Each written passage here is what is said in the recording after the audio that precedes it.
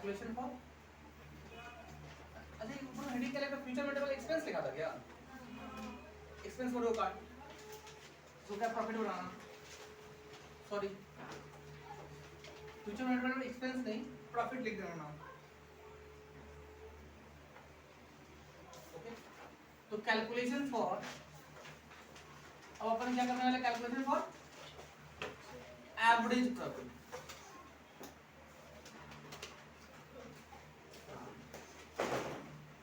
Okay. Page को दो part में रखिएगा,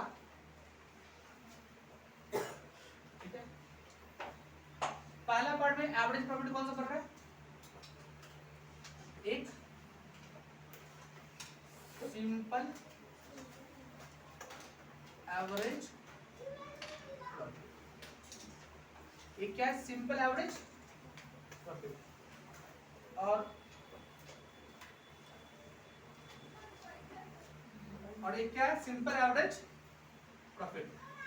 सिंपल एवरेज प्रॉफिट है ये क्या, when there is no trend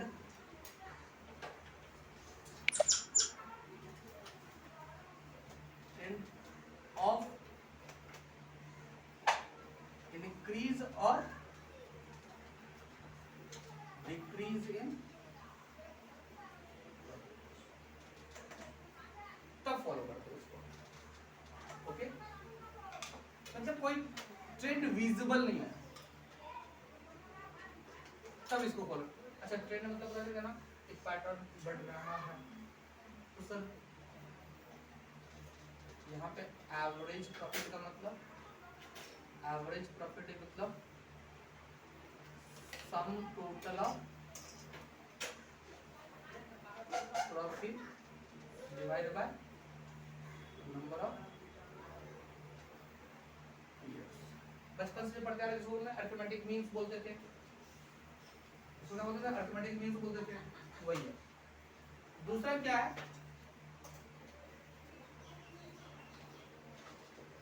weighted average profit, और वेटेड एवरेज प्रॉफिट अपने आप कब फॉलो करना है, when there is a trend of increase or decrease in profit, when there is a trend of increase or decrease in profit,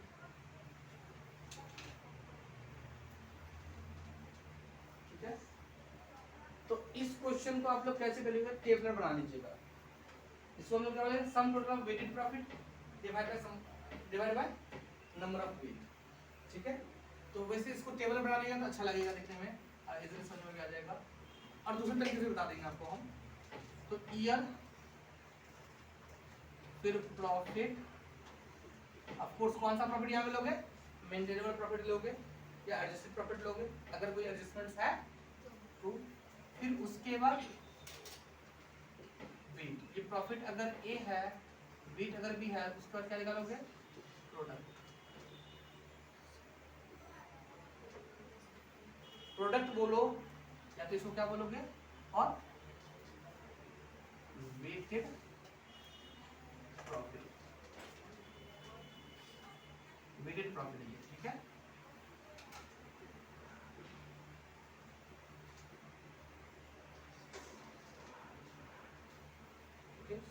तीन year समझा देते हैं, 2010, 2011, 2012 ईयर इसके देख दिखाते हैं, आपको याद रहे नजदीक वाला साल पे ज्यादा वेट, दूर वाले साल पे 1 2 3 बोले ना, तो वन कौन सा, वन बहुत ही दूर वाले को वन बोलते हैं, तो 2010 ही का वन होगा, तो प्रॉफिट क्या है, वेट क्या होगा, 1 2 3, 2014 अगर है तो कब यूज करेंगे weight, if not given, specifically not given, weight जब आपको स्पेसिफिकली दिया हुआ ना हो। वेट जब आपको स्पेसिफिकली दिया हुआ नहीं हो तो हम लोग ये वेट गिवन वेट हो लेंगे, ठीक है। 1 2 3 4 सॉरी 11 12 और 13। तो प्रोडक्ट मल्टीप्लाई का सी इक्वल, सी कैसे निकलेगा, C equal to A into B, multiply कर लिए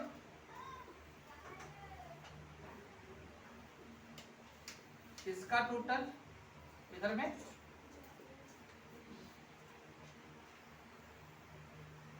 तो सर वेटेड एवरेज प्रॉफिट, यहाँ पे एवरेज प्रॉफिट क्या होता है, एवरेज प्रॉफिट यहाँ पे भी क्या होता है, ऑफ कोर्स ये कौन सा एवरेज प्रॉफिट है, वेटेड ना। तो एवरेज प्रॉफिट क्या होता है, average profit equal to sum total of weighted profit divide by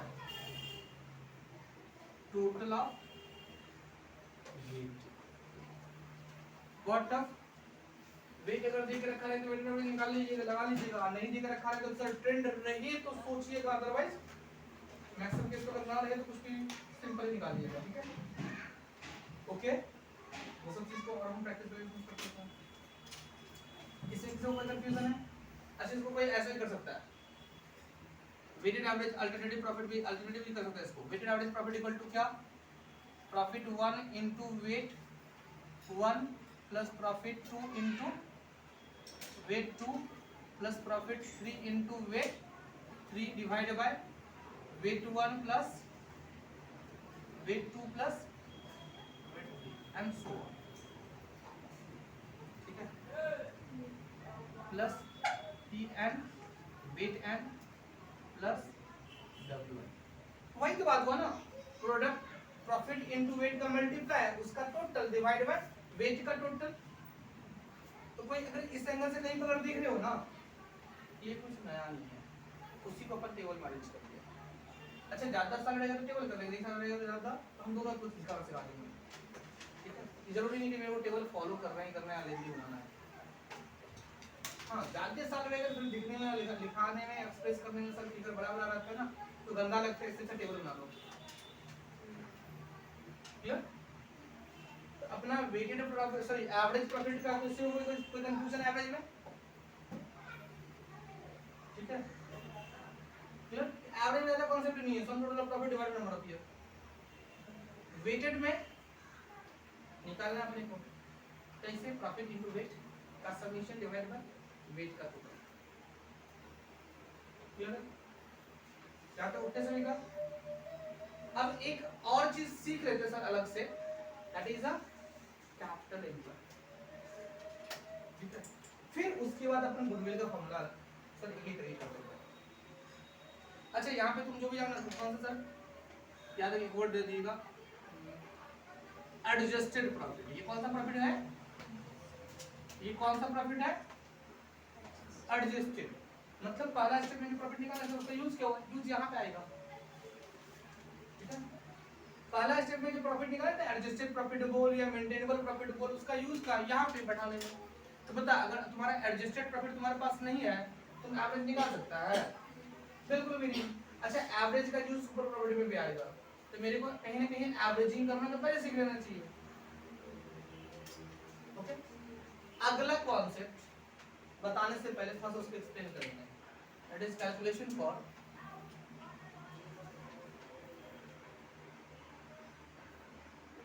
capital employed और ट्रेडिंग एसेट्स। याद रखिएगा, नाम के कुछ मीनिंग होते हैं, आप रट रहे ना कि इसको ये बोलते हैं, ऐसे मत बोलना, ऐसे इसको बोलते क्यों है, ठीक है। नाम कुछ भी नहीं आ जाता, इसलिए नाम आता है किसी का कुछ, कि कोई बंदे ने इस चीज को इनोवेट किया इसलिए इसका नाम ये हो सकता है, और नहीं तो अगर किसी और बंदे, सर जो बंदा ने इनोवेट किया उसका नाम नहीं देके कुछ और नाम अगर दे रहा है तो सर कुछ रीजन होगा ना, चलो ठीक है, उस बंदे ने किसी और को डेडिकेट किया ये इसलिए उसका नाम ये दे दिया। जैसे अजूम करिए कि मेरे को मेरा नाम ना मेरी बुआ दे दी, तो बुआ जी को ये नाम अच्छा लगा इसलिए दे दी ना। अदरवाइज अगर पंडित जी निकालते हैं तो क्या निकालते हैं कि भाई किस तिथि किस मुहूर्त में पैदा हुआ, उसके अकॉर्डिंग वर्ड फर्स्ट वर्ड क्या आएगा, उसके अकॉर्डिंग फिर ऑप्शंस ढूंढो क्या है। ओके, उसमें से यूजुअली लोग कौन सा ऑप्शन चूज कर लेते हैं बच्चे के नाम में? वो ऑप्शन चूज करते हैं नाम का जहां से जिसका कुछ फीचर हो, जिस क्वालिटीज हो, जो क्वालिटी हम बच्चे में एक्सपेक्ट करते हैं, ठीक है ना। और आज फिर से लोग वही कर रहे हैं, भले पंडित जी से वो वर्ड नहीं ले लेते, गूगल में वर्ड ढूंढ लेते हैं, अच्छे से देखो पैदा हुआ तो वर्ड क्या है, जैसे सर हॉरोस्कोप देखना कि भाई डेट ऑफ बर्थ के अकॉर्डिंग हॉरोस्कोप से पता चाहिए और फर्स्ट वर्ड के अकॉर्डिंग कैसे होना चाहिए। अब रैंडम कोई भी नाम दे देंगे तो मालूम सर डेट ऑफ बर्थ में कोई और हॉरोस्कोप और फर्स्ट लेटर के अकॉर्डिंग, अब कितना समय से कोरिलेट है हमें नहीं पता। जब मीनिंग होते हैं सर, आपको कैसे पता चला ये हुआ, मेरे को नहीं पता चलता, अगर व्हाट्सएप नहीं होता तो, फेसबुक नहीं होता तो ये सर कौन क्या फॉलो करे कैसे पता चलेगा? कोई बोलता है ये सब चीज? कितने जगह पे आप घूम रहे हैं, लेकिन आप कहीं पे घूमिए मत घूमिए, सर व्हाट्सएप घुमा रहा है, फेसबुक घुमा रहा है, तो बहुत सारी चीज अच्छे हो या खराब हो आपको नॉलेज में आ जाए। तो मेरे को बताओ बिजनेस में कैपिटल एम्प्लॉयड या ट्रेडिंग एसेट्स, ऑफ कोर्स कौन सा है trading asset? Net trading asset. Erase कर दे इसको। तो कैपिटल एम्प्लॉयड का मतलब कोई बोलेगा मेरे को क्या होता है? जिसको जो भी लगे, स्कूल में जो पढ़ाया गया है, जो वर्ड बोला गया वो मत बोलना बस। कैपिटल एम्प्लॉयड का मतलब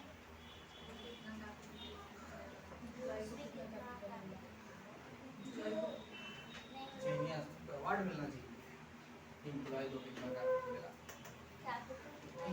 एम्प्लॉय को कैपिटल देते हैं। कैपिटल का मतलब बता दीजिए।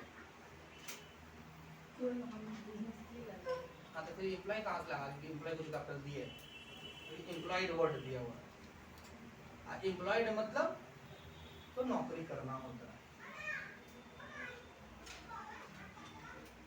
किसी भी चीज को यूज करने को भी एम्प्लॉयड बोलते हैं। यहाँ पे कैपिटल बिजनेस के लिए आया है, तो कैपिटल मतलब the fund invested in business,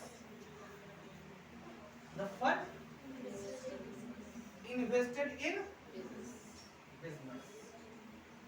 और एम्प्लॉयड मतलब use, the fund used in business, ठीक है क्लियर? अब बता, अगर बिजनेस में पैसा आया तो दो अप्रोच होता है। पैसा आया तो आया कहां से, ठीक है? पैसा आए तो आए कहां से? दूसरा, पैसा आकर के क्या बैठा रहेगा? बोल, दूसरा वर्ड तो मैंने डाल दिया। दूसरा वर्ड क्या है? एम्प्लॉयड मतलब यूज। तो पैसा यूज भी तो होगा, तो बिजनेस में पैसा बैठाने के लिए रखता है क्या? नहीं ना, तो पैसा तो यूज भी होगा ना, या अप्लाई भी बोल सकते हो उसको। तो दो अप्रोच से कैपिटल एम्प्लॉयड निकलता है। एक तो सोर्स जहां से पैसा आ रहा है, दूसरा जहां पे पैसा यूज हो रहा है। क्लियर? जिस भी टाइप से निकालो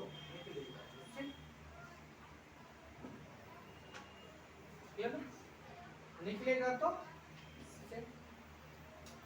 ओके। तो थोड़ा सा हम पहले सर नेट ट्रेडिंग एसेट बताते हैं। अच्छा, ट्रेडिंग एसेट क्या होता है पहले बताइए। एसेट मतलब संपत्ति और ट्रेड मतलब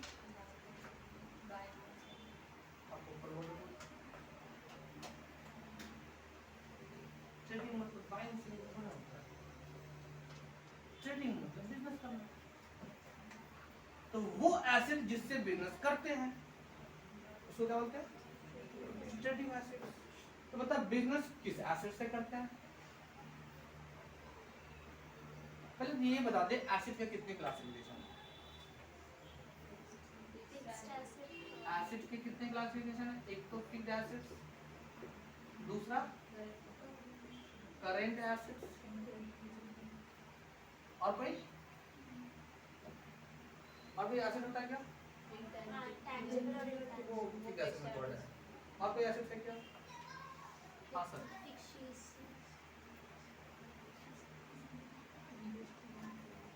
फिक्सिस को मर्ज कर दिया है, उसको इधर सब पर से लेस कर देते हैं, उसको ऐसे कभी इन्वॉल्व होता है। पहले बोल देते फिक्सिस इज एसिड्स, ठीक है? तो बिजनेस में तीन टाइप के एसिड होते हैं, फिक्स्ड एसिड्स, करंट एसिड और तो थोड़ा सर मेरे को लाइबिलिटी साइड सर बताइए ना, लाइबिलिटी साइड बताइए ना, कितने लाइबिलिटी के टाइप होते हैं? करंट, चलिए करंट बोला तो बोला, वही ले लेते हैं। और बोल, ये तो पता है ना कि sir assets equal to liability plus capital, accounting equation, asset equal to liability plus capital, accounting equation class level में पढ़े। अच्छा, कैपिटल खुद में भी लायबिलिटी होता है सर, तो वहां पे अकाउंटिंग इक्वेशन में asset equal to liability plus जो कैपिटल बोल रहा है ना, तो वहां पे जो वर्ड लायबिलिटी लिया हो ना, वो लायबिलिटी किसके लिए है? एक्सटर्नल लायबिलिटी, और capital is a internal liability, ठीक है? तो सर एक तो सर कौन सा है सर? इंटरनल लायबिलिटी, ठीक है? और एक कौन सा? External liability. ये वर्ड सब सुनना, बाद में कभी काम आ जाएगा आपको अकाउंटिंग में। एक्सटर्नल लायबिलिटी के दो पार्ट्स, एक तो लोन जिसको बोरोड कैपिटल भी बोलते हैं, लोन कैपिटल बोलो या बोरोड कैपिटल बोलो, ऑफ कोर्स कौन सा लोन की बात कर रहे हैं? लॉन्ग टर्म लोन्स की बात कर रहे हैं। और दूसरा इज अ करंट लायबिलिटी, यही ना एक्सटर्नल होता है बाहर वाले का। तो इंटरनल में हुआ क्या सर? इंटरनल का भी थोड़ा ब्रेकअप बताइए।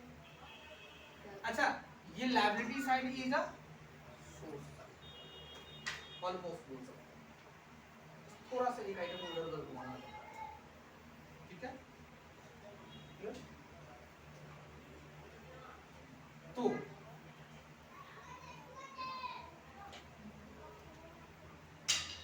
इंटरनल लायबिलिटी के सर दो पार्ट होता है, एक तो कैपिटल।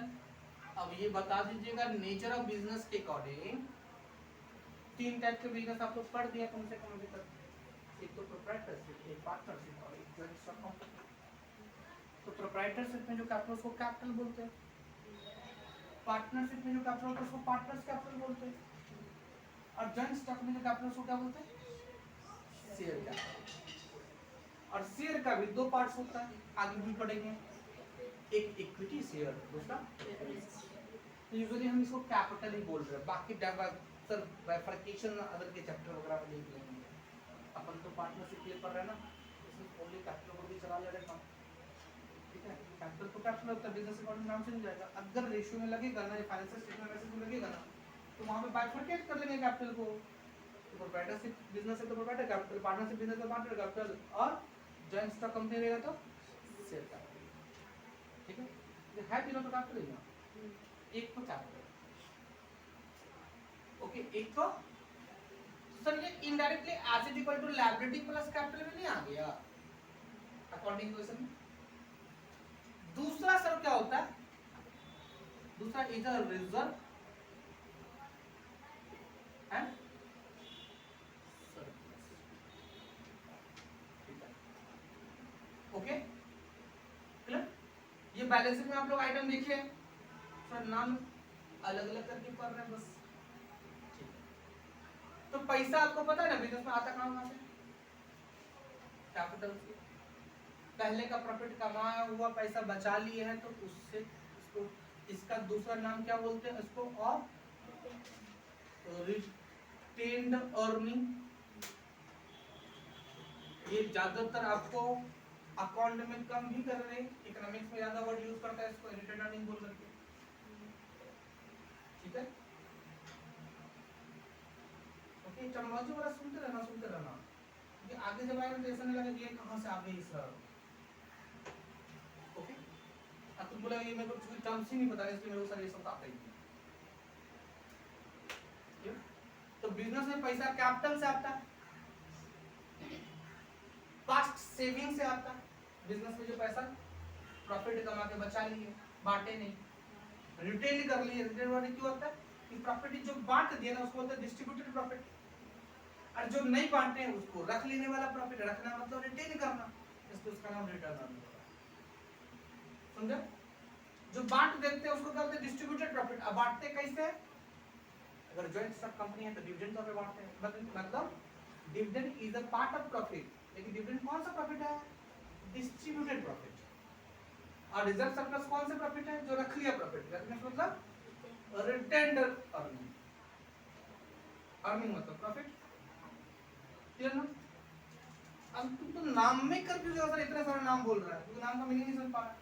फिर बोलेगा सर ये कॉन्सेप्ट बहुत टफ हो रहा है, कभी ये कभी वो।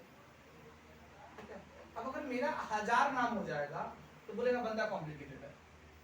बंदा तो सिंपल है भाई, जैसे बोलते हैं ना शॉर्ट सीखने वाले में बंदा बहुत कॉम्प्लिकेटेड है। क्यों?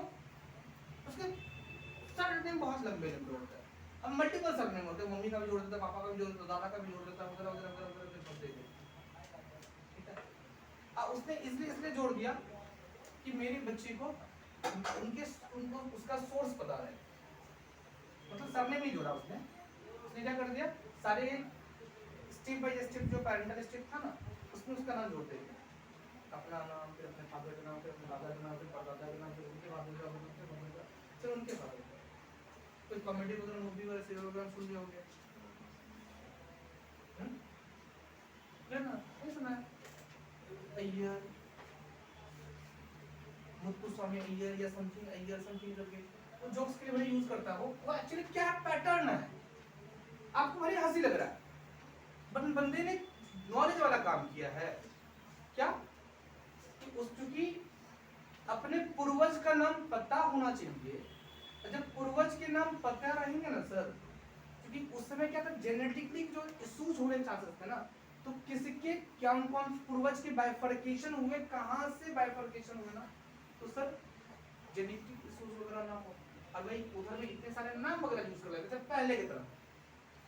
बाद में हम क्या करने लगे, लोग गोत्र अटैच करने लगे। गोत्र मतलब इस ऋषि मुनि के फॉलोअर अगर है ना, तो भाई मतलब सेम फॉलोअर वाले बंदे नहीं करेंगे, तो ये लोग कहीं ना कहीं इंटर रिलेटेड है। भारद्वाज गोत्र में शादी नहीं करेगा, कश्यप गोत्र में शादी नहीं करेगा, शांडिल्य गोत्र में शादी नहीं करेगा, तो ये कहीं ना कहीं एक दूसरे से जुड़ा हुआ है। तो मे बी जेनेटिक डिस्टर्बेंस ना है। Okay, clear? अब भले ही सर मेडिकल टेस्ट करवा लो, जेनेटिक को हटा दो, ठीक है। अपने जेनेटिक बोलते हैं सर, इसको गोत्र वाला सिस्टम बोलते हैं। क्रिश्चियन या कोई और कास्ट वगैरह क्या होता है सर, मेडिकल टेस्टिंग कर लेता है कि भाई कोई कॉम्प्लिकेशन होने के चांसेस नहीं है। ठीक है, डीएनए टेस्टिंग करवा ले, ब्लड टेस्टिंग करवा ले। सर खाने का पोजीशन ही सर, आप डीएनए टेस्टिंग करके शादी कर रहे हैं, शादी में जो है 500 रुपये कहाँ से आएगा जो सर कोर्ट पेपर पे साइन करेंगे, उसका टेंशन नहीं है, शादी में कैसे बनेगा शादी का। इधर हमने क्या करा, डीएनए टेस्टिंग करने के लिए 5-10 रुपये खर्चा कर रहा है। ऐसे दूसरा पता भी नहीं कि डीएनए टेस्टिंग होता है। अब रियली में मेरे को नहीं पता कि रियली में डीएनए टेस्टिंग होता है कि कुछ और टेस्ट का नाम है उसका। मेरे को लगा शायद दूसरा टेस्ट होता है क्या, शायद वो हो सकता है। क्लियर? कि डीएनए टेस्टिंग के अकॉर्डिंग कहीं पता चले कि दोनों का डीएनए में शायद कितने एलिमेंट्स हैं जिससे सिमिलरिटीज होने के चांसेस, या तो कुछ और टेस्ट हो। एग्जैक्टली इसको डीएनए टेस्ट नहीं बोलते, लेकिन टेस्ट का नाम दूसरा है। टेस्ट का नाम दूसरा, बट होता शायद डीएनए से ही होता होगा, जीन रिलेटेड होता है। क्लियर ना? ओके, अब क्या बोलेगा ये बहुत खराब है। कौन बोला खराब है भाई? आपने नया सिस्टम इजी रख लिया, पढ़ा लिखा नहीं था, अपने गोत्र रख लिया, वो पढ़ा लिखा होता तो बोले ठीक है मेरे को उतना नहीं आना है, क्या करना है, मेरे को टेस्ट कर लेना मेडिकली। ओके, कौन गलत कौन सही?